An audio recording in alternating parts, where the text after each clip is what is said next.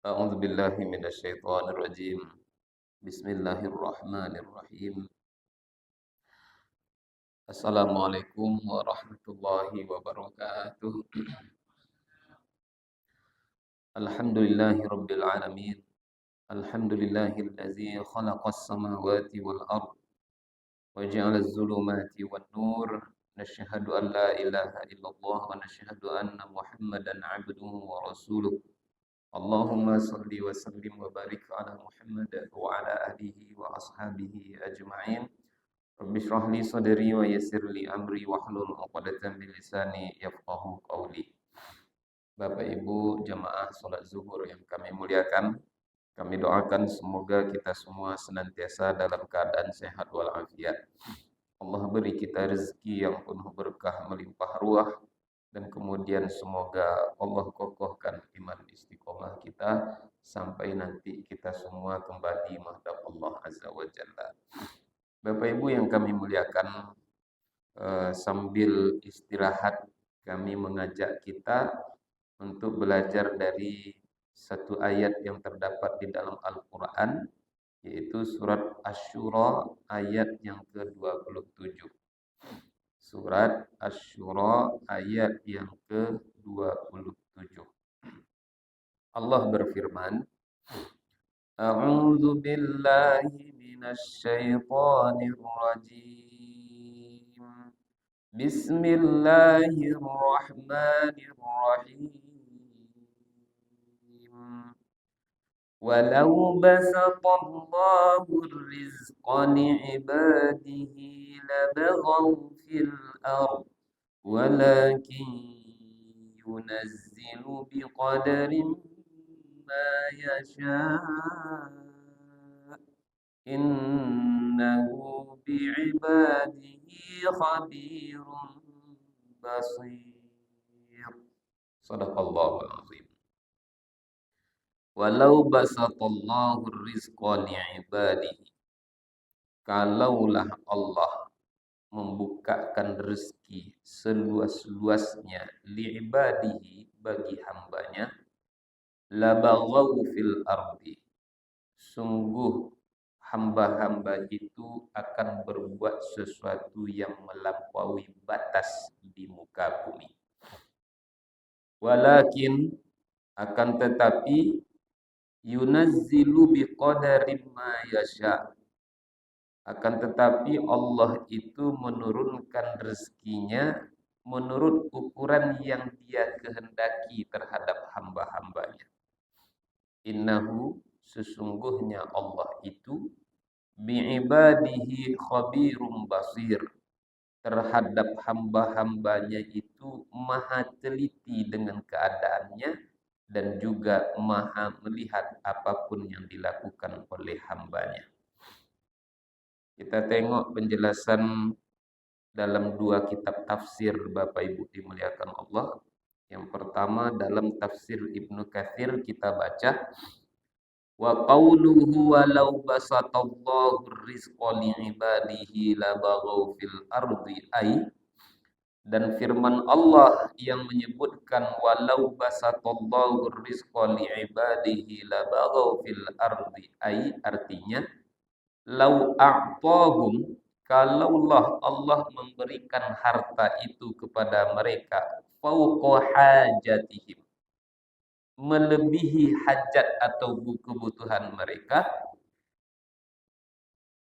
lahamalahum dzalika 'alal baghi, sungguh harta yang diberikan di luar hajat itu akan membawa mereka, akan menggiring mereka untuk melakukan perbuatan yang dibenci Allah Subhanahu wa taala, melampaui batas terhadap mim ba'dihim ala ba'd wa tuyani mim ba'dihim ala ba'd.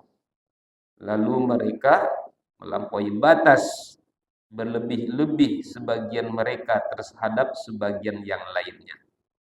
Satu lagi kita tengok dalam tafsir Al-Mukhtasar, makna dari firman Allah tadi, walau wassa'allahu rizqa li'ibadihi, Kalaulah Allah melapangkan selapang-lapangnya rezekinya kepada li jami'i ibadihi terhadap hambanya laqaw fil ardi bizzulmi, sungguh mereka itu akan melampaui batas di muka bumi bizzulmi dengan melakukan perbuatan aniaya. Walakinnahu subhanahu, akan tetapi Allah subhanahu wa ta'ala yunazzilu minar rizki, Allah turunkan rizki itu biqadarin ma yasha, yang menurut ketentuan yang dia kehendaki, min tausi'in wa tawyikin. Apakah Allah ingin melapangkan, apakah Allah ingin menyempitkan, itu atas kehendak Allah. Kenapa Allah melapangkan? Kenapa Allah menyempitkan? Innahu khabirun bi ahwali ibadihi. Karena Allah maha teliti, maha tahu dengan hal ihwal, dengan kondisi hamba-hambanya. Jadi dari ayat ini, dalam ayat ini melalui tafsir kita baca, Allah menakar rezeki kita. Ada kalanya Allah melapangkan, ada kalanya Allah menyempitkan, karena Allah maha tahu yang terbaik bagi hambanya.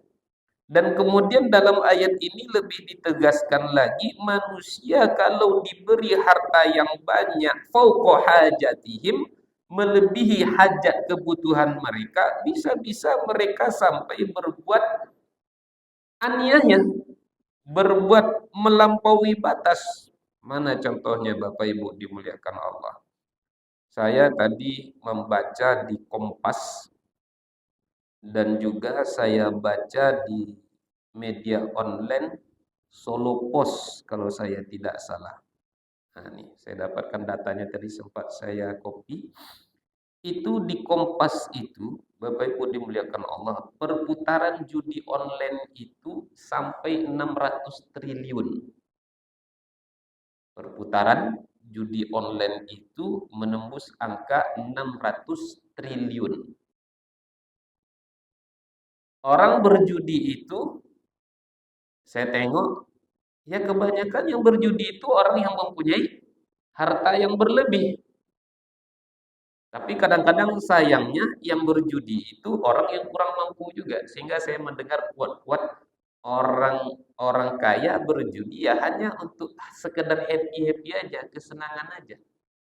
Tapi orang miskin dalam quote itu saya baca dia berjudi untuk penghidupannya, mengandalkan hidup dari judi. Namanya juga judi, kadang-kadang untung, kadang-kadang rugi, dan kadang-kadang lebih banyak ruginya daripada untungnya. Maka judi diharamkan. Kenapa orang berjudi? Ya kadang-kadang karena memang hartanya sudah melimpah, sudah berlebih. Akhirnya Bapak Ibu dimuliakan Allah, tidaklah Allah mengharamkan sesuatu, tidaklah syariat melarang kita dari sesuatu, melainkan di balik itu pasti banyak keburukan. Tidaklah Allah menyuruh kita terhadap sesuatu, melainkan di balik yang disuruh itu pasti banyak kebaikan. Perintah pasti baik, larangan pasti buruk. Judi haram, efeknya banyak. Saya gali cari-cari lagi, coba ulik-ulik di media sosial itu Bapak Ibu dimuliakan Allah, sampai-sampai ada seorang perempuan yang membakar suaminya.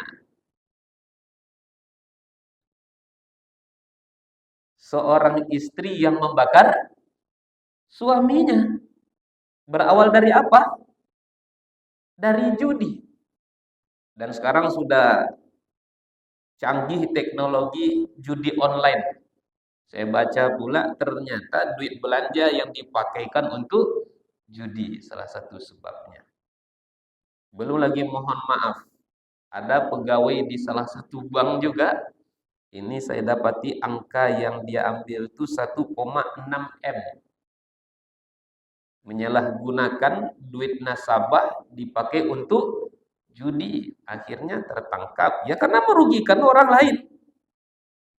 Dan kemudian kalau saya tak salah, saya dapati juga di media sosial, seorang suami sampai dicincang-cincangnya istrinya, lalu dijajakannya di kompleks sekitarnya. Itu berawal dari apa? Yang saya baca, anaknya main game online lalu terjebak pinjaman online sampai judi online, hutang menumpuk, sementara sang ayah sudah mengingatkan anaknya.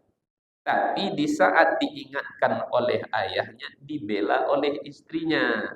Nah, inilah kemudian pangkal balanya. Dengan duit yang banyak, duit harta yang banyak, orang bisa melakukan perbuatan yang melampaui batas judi. Sampai-sampai orang membunuh. Kemudian dengan harta yang melimpah, orang berbuat zalim, berbuat aniaya, melampaui batas. Contohnya apa? Maaf cakap, main perempuan sampai-sampai berzina. Saya melihat ada satu orang di media sosial itu, Pak. Duitnya banyak, berliannya banyak. Seorang laki-laki, tapi perempuan-perempuan cantik begitu banyak di sekelilingnya. Menurut agama kita, bagaimana? Jangankan berzina, untuk bersentuhan laki-laki dengan perempuan saja itu diharamkan. Sampai-sampai Rasulullah mengatakan ditusuknya kepala seorang hamba dengan besi yang dipanaskan, itu lebih baik baginya daripada bersentuhan dengan yang bukan mahram. Ini joget-joget dengan istri orang, peluk-pelukan dengan sesuatu yang bukan menjadi mahram. Ya kenapa dia bisa sampai begitu? Karena dia punya materi, karena dia punya uang. Dan kadang-kadang saya berpikir, Bapak Ibu dimuliakan Allah, itulah agaknya Allah dulu membuat kita ini susah di waktu SMP, di waktu SMA, di waktu kuliah. Hidup kita ini susah sehingga tak ada waktu untuk memikir sampai ke situ. Barangkali kalau kita banyak duit juga lah agaknya Pak waktu SMA, banyak duit lah agaknya waktu kuliah, entah di mana-mana lah riba kita sekarang. Ya alhamdulillah, ternyata dengan miskinnya kita, dengan begitu cara Allah menyelamatkan kita, sehingga Nabi Muhammad SAW pernah berkata, apa kata Rasulullah? Inna min ibadi laman la yuslihuhu illal ghina. Ada di antara hamba-hambaku itu orang yang tak ada yang paling baik kecuali baginya hanyalah kekayaan. Kemudian lebih lanjut kata Nabi, walau afqartuhu la afsadtu alaihi dinahu. Karena sekiranya hambaku itu yang kaya, kalau aku miskinkan, itu bisa merusak agamanya. Lebih lanjut kata Nabi, wa inna min ibadi, dan sesungguhnya di antara hambaku laman la yuslihuhu ilal faqra. Sungguh ada orang tak ada yang paling baik baginya kecuali kefakiran, kecuali kemiskinan. Kenapa? Walau agnaituhu la afsadtu alaihi dinahu. Karena sekiranya kalau hambaku itu miskin, aku kayakan dia, bisa-bisa dengan kaya dia itu merusak agamanya. Maka ketika saya bawakan ke pribadi saya sendiri, Bapak Ibu dimuliakan Allah, dulu mungkin kita utuk-utuk, tidak sabar, kenapa Allah miskinkan saya? Kenapa Allah susahkan saya? Waktu SMA, kawan-kawan yang punya, yang berasap pantatnya itu, Pak, kasarnya kan berasap pantatnya itu kan, yang punya posuan, punya R-King, Pak, itu gonta-ganti ceweknya. Awak tak punya motor sehingga tak ada yang mau dengan awak. Alhamdulillah, ternyata dengan ini cara Allah menyelamatkan kita. Sehingga kadang-kadang kawan-kawan kita dengan rezeki yang berlebih, itulah dianya. Mabuk-mabukan, judi, main perempuan. Makanya Allah katakan, kalaulah Allah melapangkan rezeki sebanyak-banyaknya, dibuka seluas-luasnya, bisa-bisa dengan rezeki yang banyak itu dia akan melampaui batas. Jadi pada akhirnya Allah menutup dalam ayat ini, innahu bi ibadihi khabirum basir.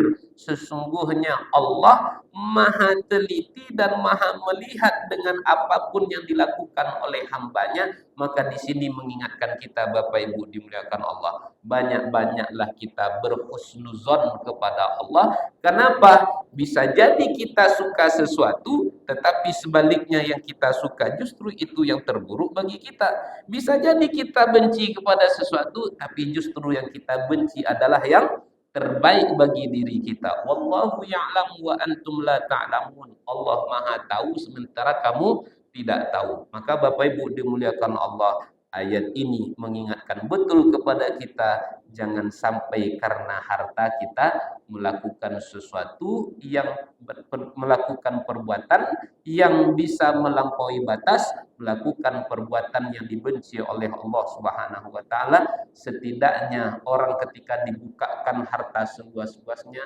manusia akan bisa berlaku sombong. Bukankah Allah telah memberikan pelajaran di dalam Al-Quran? Salah satu orang yang sombong di dalam Al-Quran namanya adalah Qarun, binasa pada akhirnya. Fakhasafna bihi wa bidarihil ard. Allah benamkan dirinya dan juga kampung-kampungnya al-ard ke dalam bumi. Wa makana minal muntasirin. Selamanya dia tidak mendapatkan pertolongan di sisi Allah. Buah dari apa? Buah dari harta yang melimpah yang Allah bukakan kepadanya, tapi justru dia semakin tidak kenal dengan siapa Robnya, semakin jauh dia daripada Allah Subhanahu wa taala. Pada akhirnya kita bermohon kepada Allah Subhanahu wa taala, setiap titipan demi titipan yang Allah takdirkan ada pada diri kita, kita bisa menjaganya, terlebih berupa nikmat harta, kita bisa memberikannya kepada orang-orang yang berhak untuk menerimanya. Mohon maaf atas segala kesalahan kekhilafan. Terima kasih atas segala perhatian.